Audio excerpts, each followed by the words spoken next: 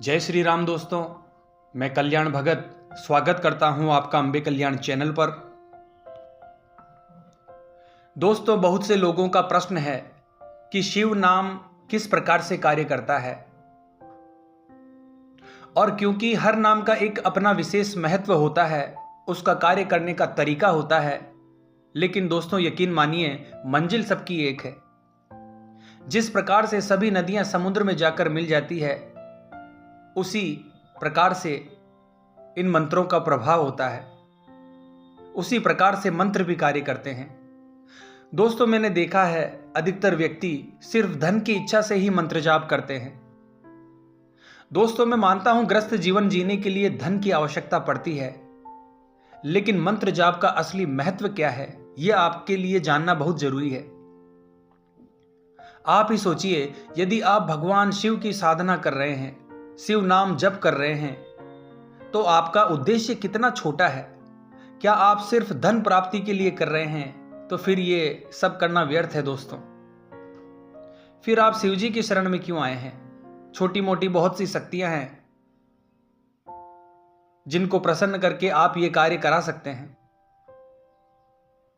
दोस्तों, धन का महत्व तभी तक है जब तक कि आपकी जीवात्मा इस पंच भौतिक शरीर में बंधी हुई है।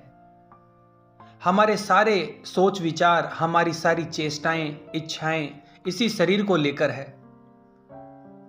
आप खुद ही देखिए, हम लोग जो भी प्रत्यक्ष या अप्रत्यक्ष जो भी कर रहे हैं, वो सब अपने शरीर के लिए कर रहे हैं। दोस्तों, ये बहुत सूक्ष्म बात है। बहुत गहराई से चिंतन करेंगे तो हमें समझ में आएगा। आपने धर्म का मापदंड भी धन को बना रखा है। जिसको ज्यादा धन मिला है, उसके ऊपर प्रभु की ज्यादा कृपा है। आपकी सोच ऐसी ही है दोस्तों। मतलब जब प्रभु की कृपा हुई तो हम उसका मूल्यांकन धन से लेकर करते हैं। यह बहुत ही गलत सोच है, इसको सुधार लेना चाहिए। दोस्तों, ईश्वर का, दिव्य शक्ति का नाम का आप जप करते हैं तो निश्चित रूप से आपका कल्याण होगा ही होगा।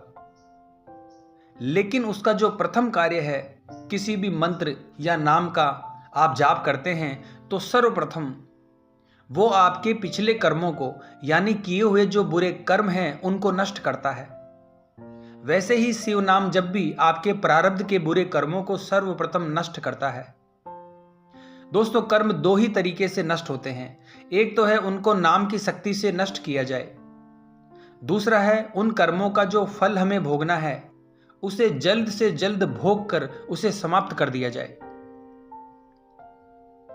दोस्तों, साधारण पाप कर्म तो नाम की शक्ति से ही पूर्णतया नष्ट हो जाते हैं। तो जो बहुत वर्षों बाद आपके सामने वो कर्म फल प्रकट होना था, वो बहुत शीघ्रता से हो जाएंगे। इसलिए लोग कहते हैं कि हमने जैसे ही नाम जप करना प्रारंभ किया, हमारे जीवन में तकलीफें आना शुरू हो गई। तो आप किसी भी देवी देवता का, किसी भी अपने इष्ट देव का नाम जाप करें तो सर्वप्रथम वो आपके पीछे के, आपके पाप कर्मों को ही हल्का करते हैं। क्योंकि किसी ऐसे व्यक्ति के ऊपर नाम अपना प्रभाव कभी नहीं दिखाएगा जिसका पीछे का पाप कर्मों का बैलेंस भयंकर रूप से बिगड़ा हुआ हो। इसके अलावा दोस्तों, नाम जप और पाप कर्म दोनों एक साथ नहीं चलते। आप निरंतर नाम जप भी कर रहे हो और एक तरफ आप पाप रूपी आचरण भी कर रहे हो, तो ऐसा हो नहीं सकता दोस्तों। कहने का मतलब है कि नाम जप का प्रभाव आपके अंदर एक भी पाप को रहने नहीं देता। आपने महर्षि वाल्मीकि जी की कथा सुनी होगी। वो एक कुख्यात डाकू थे, लोगों को लूटते थे, उनकी हत्या करते थे।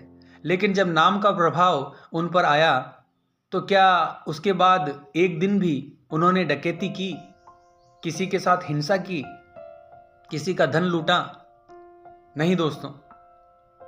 विश्वामित्र जी का इतिहास देख लीजिए।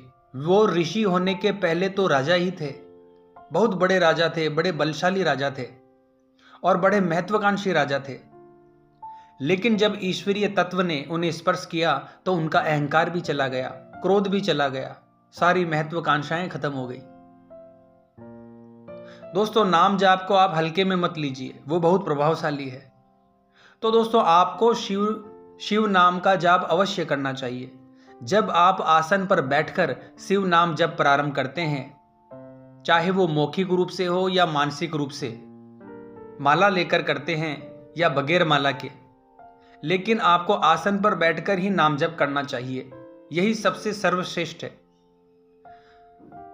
तभी आपको इसके अच्छे प्रभाव देखने को मिलेंगे। देखिए दोस्तों, शिव नाम जप सर्वप्रथम मनुष्य के मूलाधार चक्र पर अपना असर डालता है। मूलाधार चक्र का प्रतिनिधित्व कौन सा तत्व करता है? वो है पृथ्वी तत्व, यानी भूमि तत्व। जब शिव नाम जप के द्वारा हमारा भूमि तत्व बैलेंस होने लगता है और हम आसन पर बैठकर जप करते हैं, तो उस वक्त आपको महसूस होगा कि हमारे मूलाधार चक्र में ऊर्जा ऊपर की तरफ प्रभावित हो रही है। एक हल्का सा वाइब्रेशन जैसा आपको महसूस होगा। पृथ्वी तत्व को बैलेंस कर लेने के बाद शिव नाम जप हमारे जल तत्व को बैलेंस करता है, और जब वो बैलेंस हो जाता है या वो एकदम नियंत्रित हो जाता है दोस्तों, जल तत्व का स्थान स्वादिष्टान चक्र है। और जब आप शिव नाम का जाप करते हैं तो इस तत्व के अंदर जितनी विकृतियां हैं वो खत्म होने लगती है और इसमें बैलेंस आने लगता है। जब आपका जल तत्व सही हो जाता है तो इसके साथ ही आपके अंदर विनम्रता, क्षमाशीलता, दया, करुणा, इनका भाव भी बलवान होने लगता है। इसके बाद दोस्तों आता है अग्नि तत्व। अग्नि जो है वो दृश्य का कारक है, यानी जो दृष्टि है, हमारी जो विजन है, हमारे मन की जो आंखें हैं, जो चीज हम अंतर्मन से देखते हैं, उसका प्रतिनिधित्व अग्नि तत्व करता है। और जब अग्नि तत्व शिव नाम के प्रभाव से नियंत्रित होने लगता है, संतुलित होने लगता है, वो हमको अपने अंतःकरण में अलौकिक दृश्य, देवी देवता के दर्शन होने लगते हैं, दिखाई देने लगते हैं। तो इस प्रकार दोस्तों शिव नाम जप की महिमा अपरंपार है। लेकिन अगर आप उसे तरीके से आसन पर बैठकर शुद्धता का ध्यान रखते हुए करेंगे तो इसके बहुत ही महत्वपूर्ण परिणाम आपको देखने को मिलेंगे। तो आशा करता हूं दोस्तों आज की ये जानकारी आपको अच्छी लगी होगी। तो मिलते हैं अगली वीडियो के माध्यम से। हर हर महादेव। जय मां अम्बे, जय श्री कल्याण।